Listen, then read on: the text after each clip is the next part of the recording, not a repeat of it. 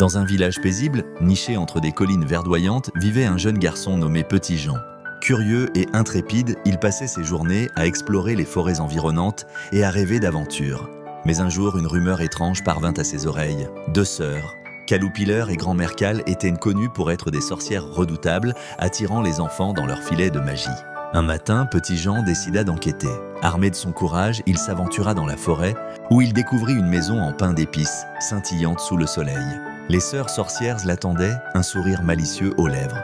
Caloupiller, la plus jeune, avait des cheveux noirs comme la nuit et des yeux pétillants de malice. Grand-Mère Cal, quant à elle, était une femme âgée, au visage ridé, mais dont le regard perçant pouvait glacer le sang. « Viens, Petit Jean !» s'exclama Caloupiller. « Entre et goûte nos délices !» Petit Jean, conscient du danger, feignit l'enthousiasme. « Je suis ravi de vous rencontrer, mais j'ai promis de revenir avant le coucher du soleil.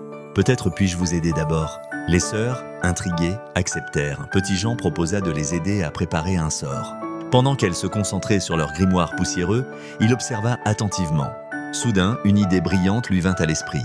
Il se mit à murmurer des mots qu'il avait entendus dans les histoires de son grand-père, des mots de protection contre la magie maléfique. « Que diriez-vous d'un sort pour rendre les enfants plus sages ?» proposa-t-il, feignant l'innocence.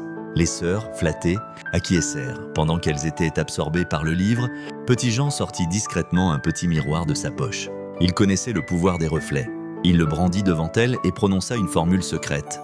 Les sœurs, fascinées par leur propre image, furent piégées dans le miroir, incapables de sortir. « Vous ne pourrez plus jamais piéger un enfant !» s'exclama Petit Jean, triomphant. Il referma le miroir et le cacha sous une pierre dans la forêt. Petit Jean rentra chez lui, le cœur léger, sachant qu'il avait non seulement sauvé les enfants du village, mais aussi appris que le courage et l'intelligence peuvent vaincre même les plus redoutables des sorcières. Les rumeurs sur Caloupiller et Grand-Mère Cal disparurent et Petit Jean devint un héros, un enfant dont les histoires seraient racontées pendant des générations.